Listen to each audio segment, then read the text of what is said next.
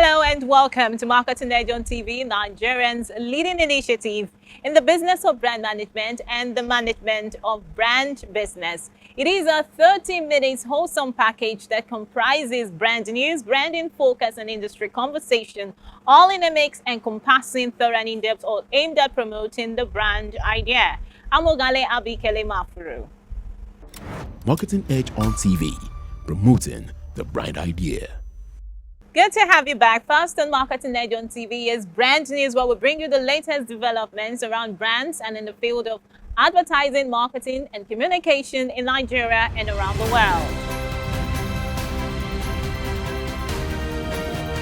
Now on Brand News.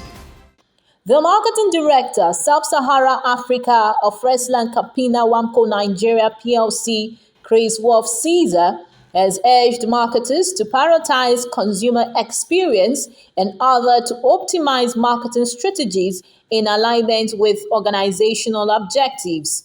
Speaking at the Advertisers Association of Nigeria Advan 2023 Marketing Masterclass, which was held at the Regent Hotel Ikeja, Lagos, the astute marketing boss called on professionals to focus on value creation that provides optimal satisfaction to consumers. According to him, penetration is the route to sustainable growth for organizations, which can be achieved through brand accessibility and availability.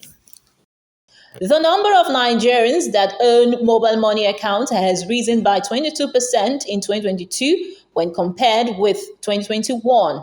According to a report by GSM Association, a non-profit organization representing the interest of mobile network operators globally, the recent payment service bank license granted to MTN and Airtel by the Central Bank of Nigeria is responsible for the growth. MTN and Airtel both received the final approval to operate as payment service banks in 2022. Meanwhile, a report titled The State of the Industry Report on Mobile Money 2023 said among all adults that are aware of mobile money and have used a mobile phone, mobile money account ownership has grown from 16% to 22%. As part of initiatives to support the growth of the marketing and media industries through innovation, GDM Group, in partnership with a co-innovation center, has flagged off MacHack 2.0 with a call for entries. The event, which has the theme Unlocking the Power of the Creative Economy, will have an array of industry professionals as facilitators who will help participants turn their ideas into market-ready products. Finalists will have a chance to join an accelerated program with up to $10,000 equity investment and a chance to be mentored by industry experts for 3 months. MacHack is Nigeria's first ever marketing and media hackathon, and the second edition, MacHack 2.0, will bring together the brightest minds in the creative industry to develop innovative solutions to real-time marketing and media challenges. Latest industry report has revealed that brands wasted more than $104 million digital ad spend in the first quarter of 2023, amounting to an average of 43% across total audited media spend. According to figures from independent digital performance agency Nest & Co., the wastage is above last year's overall average of 40% of audited spend. Across digital media platforms, the most wasted ad spend occurred on Facebook at $45 million, followed by Google with a record of $42 million, while LinkedIn and Bing accounted for $10 million and $5 million, respectively. Well, that was Brand News. Next is Branding Focus after this break. Where's Glory? Excuse me, ma'am. Glow! Where Glow now? I take you. Glow don't go village, tell our customer. Everybody pay attention. See, now Glow dedicated 10x. Now they dash me 10 times the credits when I load. Or even summer me double data join. Yeah? Wait, so with 1.5 when they give all of us, so you then enjoy up to 15,000 naira credit and data. And I say I never finish you. See, now say if we enjoy, if we not join Glow dedicated 10x, una go get 1,000 naira welcome credit. You just carry your phone, dial *777#. Finish. Correct. Glow, you don't win, you don't do. Una still dey here. Hello, please, I'm looking for Glow. Please save na Glow we dey find. Na Glow we dey go. Okay, so Enjoy 10 times the value of your recharge on Glow Berekete 10X. You also get 1,000 naira for calls and data and double data bonus on your subscription. Marketing Edge on TV, promoting the bright idea.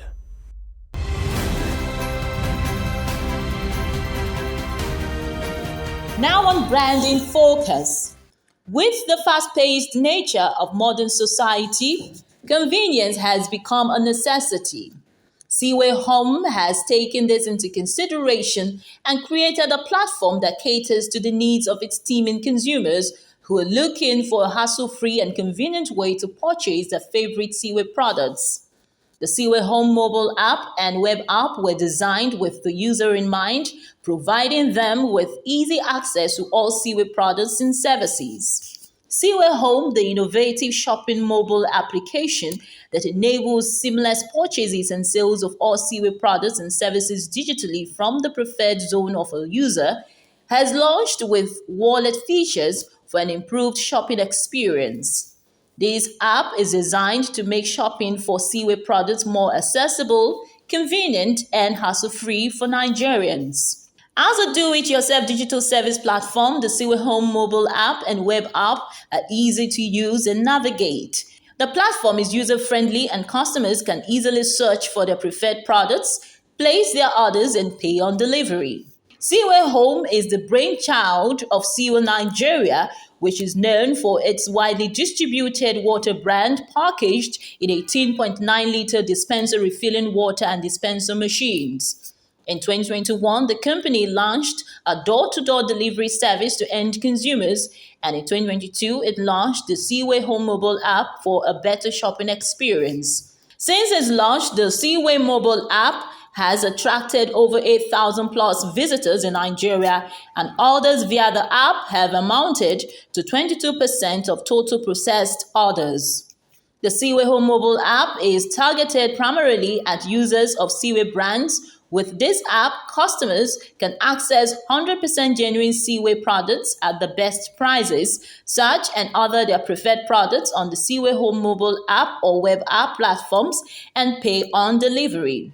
This makes it easier for customers to find the products they need without having to leave their homes or workplaces. With the Seaway Home mobile app and web app, users of Seaway products can conveniently place orders and have their orders delivered to their doorsteps or chosen addresses from a Seaway Home outlet close to them in minutes. This service is available across Nigeria, making it easier for customers to access their favorite Seaway products from the comfort of their homes. When I was branding focus, next is industry conversation, where we have interactions with distinguished personalities in the business of brand management. Well, today we have with us a very distinguished personality, the Group Managing Director of CMC Connect, Mr. Yomi Badejo Okusoya, after this break. Brekete times 10. Get a Glow SIM today and enjoy 1,000 naira sign-on bonus for voice and data. All new and existing Glow subscribers also get 10 times the value of their every recharge, plus up to double their data recharge as bonus. All Glow subscribers also get up to free 20,000 naira bonus for voice and data. Marketing Edge on TV, promoting the bright idea.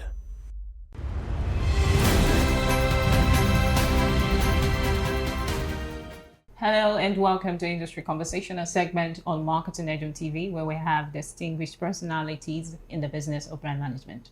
Today we have with us a very distinguished personality, one who has traversed the entire PR industry. We have with us Mr. Yomi Badejo Okusoya, who is the Group Managing Director of CMC Connect, LMP, and also the President of the African Public Relations Association. So pleased to have you with us on Industry Conversation, sir.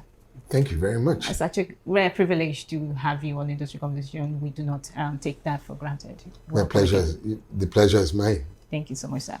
Mr. Yomi Badejo Okusoya, YBO, as is popularly called, is a renowned veteran in the marketing communications industry with over 30 years to his credit. He started his career in 1988 with CTNA, a Lagos-based advertising agency, and rose to become director in 1991. He later founded CMC Connect Limited in 1992. There's a lot to speak about our dear YBO, so I want him to speak more about the transition of the company. We know that the company is no more perception managers, but have transited to LNP. Can you speak more on that, sir? Thank you very much. The main reason why we undertook that from a limited liability company to a limited liability partnership is to build sustainability for the business. I founded the business 30 years ago, and only towards the end of last year, I clocked 60. And it's important to know that the business must be sustainable thereafter. So I usually say that a company is what, if you're lucky, dies after the founder has passed on, but an institution is what lives for several generations after the founder. And I'd like to see our business more as an institution than a company. So it was in a bid to do that we transited from being a limited liability business to being a limited liability partnership. That way we can build very well-trained succession pipeline. So if those of us who are the first generation leaders of the business have to bow out, which invariably we would have to do at some point in time, we have enough people who will be in the business to be able to sustain it. Secondly, the era of one man knowing everything is gone. We're going into the era of specialization. So the new form of competition is collaboration. So we realize that in many instances, you cannot know everything. You not have all the resources in-house. You're either going to have to buy, borrow, or build. That's the way you build capacity. And so LLP would also encourage us to borrow capacity. So if we have someone who is an expert in a subject matter, we can bring that person on as a consulting partner. We also have two other categories of partners. We have the bonus partner. That's the person, someone who works within the firm and earns a bonus apart from his, salary. And then we have what we call the equity partner. Those are people who have stake in the business. So that's the reason why we decided to do. I want to believe that it's the first, at least in Nigeria. Nobody has done that. That's not the reason why we're doing it. We just want to make our business as sustainable as possible. All right. Speaking about sustainability, of course, in the PR industry, you've been in this field for over 3 decades. Now, given the projected contraction of global and local economics this year, what would be your projection for the PR profession in Nigeria?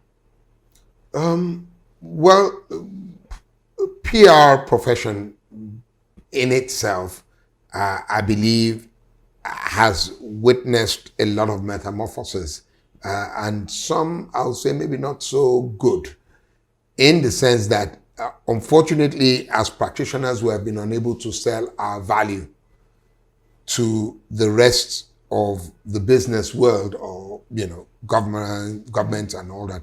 So we have also been plagued by the activities of interlopers. Those are people who are not trained to do the profession, but they found themselves in the profession, or one way or the other, they have entered into the profession.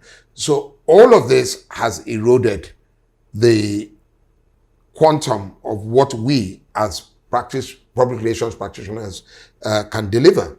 So put it like this, a huge pie, just like a pizza, and then some people came and said they're event managers, so they took out of the pie. Some people came and said we're influencers. They've taken away from the pie. Some people say, look, I'm not this, I'm just XYZ, and they've taken away from the pie. So you find that what is left is actually small. Some people are journalists. I don't have a problem with the journalists being part of transiting to become a public relations practitioner, but please go for the training, please go for the knowledge enhancement. But there are people like that who have stolen some of our, I use that word in quote, they're stealing some of our business. So we're dealing with that. And then you ask me that in view of the global challenges we've had in the economy, I don't think that PR has fared very well because of that challenge that we have. It is been in the past and it's still existing. So I would say that we, coming out of COVID, we've come battered and bruised. Okay, it's good that you highlighted the fact that social media influencer marketing is impacting on the entire business of PR in Nigeria. But can you tell us to what extent is that impacting on the business and practice? Well, I mean, severely, you know what we do. I mean, in those days, let me give you an example. Most events were managed by public relations practitioners. But now, today, you have people who say that they're event managers, they're event coordinators. We used to handle a lot of stuff. And that has significantly reduced. Let's also take like the big players in the industry, like the banks. In those days, agencies, or as they call them, or consulting firms, as we'd like to refer to ourselves, managed the reputation of banks or help. They were contracted. The same thing in advertising, but look at it. A lot of the big banks or the big companies, the big players have in-house communication team that prosecute their work. So what does that do? It leaves us out in the cold. Secondly, the clients don't want to pay commensurate. And many of us, because we are eager to get their business, we take it even if we're running at a loss, because I want to be able to say, I work for company A, B, C, D. And so a lot of the organizations are taking full advantage of that.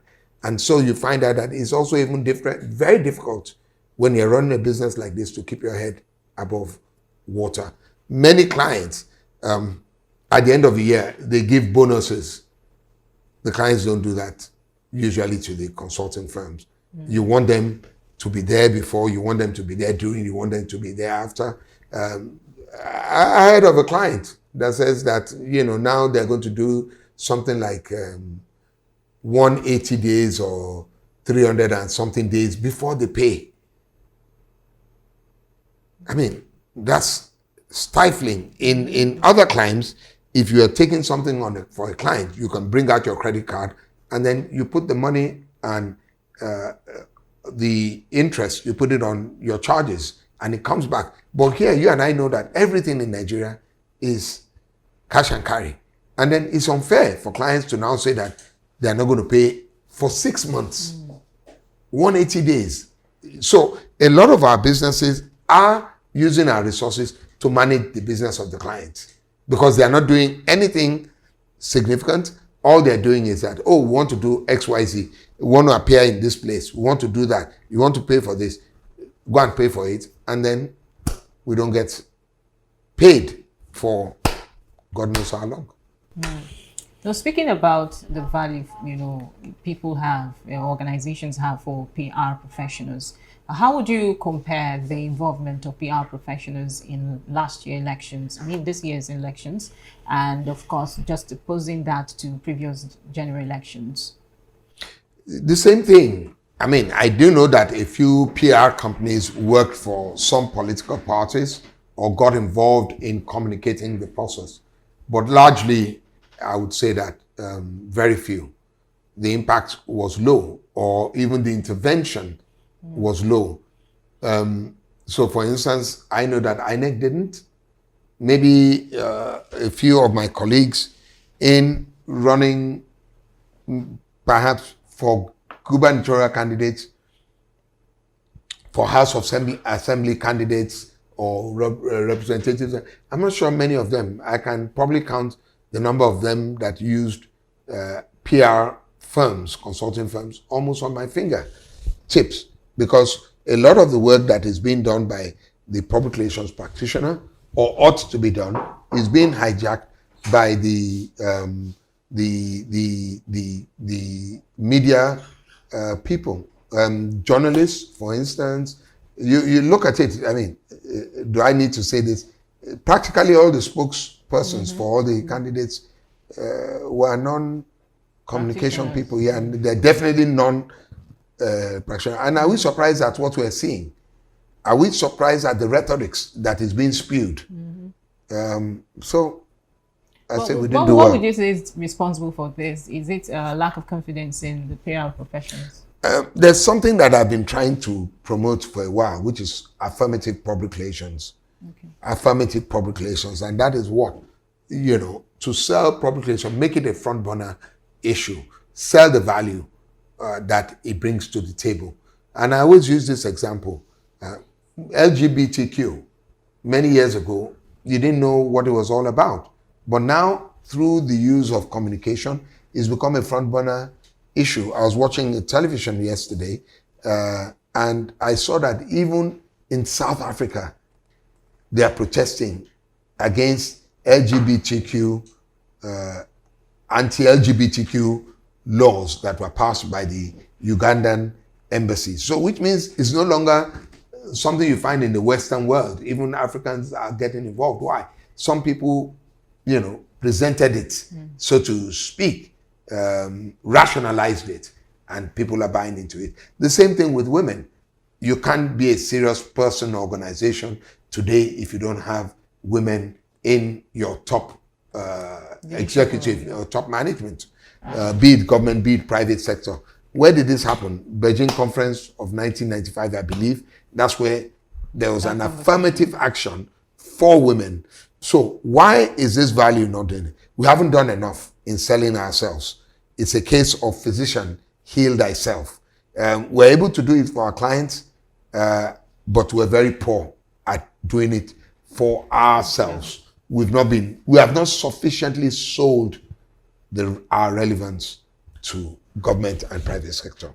Okay. So why do PR practitioners believe in whitewashing unpleasant truths? Is it that there's no values for fidelity, truthfulness, or humanity or humility in PR practice? Well, let me correct you. With PR practitioners don't whitewash. We don't use that word in, there's a word I'm looking for, anathema. I think that's the word. Okay. That is an anathema in our profession. We don't whitewash. Okay. We don't spin either. Those words are not what a public relations practitioner does. A public relations practitioner builds his narrative on truth. All he's trying to do is to see for him to gain your empathy and your understanding. Okay. So it doesn't necessarily mean that, or that's not the practice, that a PR person will see white and will call it black. That's not how we were trained, and that's not what the ethic of the profession says. No, that's not it. We don't do that. There's a difference between public relations and propaganda. Okay. Propaganda, that is propaganda. Do you understand? When you engage in half or quarter truth, and you even outright falsehood. And there's a lot of that going around. Perhaps that's one of the reasons why public relations practitioners are not engaged as spokespeople for politicians. With due respect, politicians are said to be able to speak from both sides of their mouth. Wow. So if you find a core professional, he can't do that. He won't do that because his reputation as a practitioner is at stake. He would rather resign your business. So maybe that's why they don't invite us to come and do it. Marketing Edge on TV, promoting the bright idea. Well, that's the much we can take on Marketing Edge on TV this week. Do well to join us same time next week for the second part of our conversation with Mr. Yomi Badejo Okusoya. I'm Ogali Abikele Mafuru. See you again.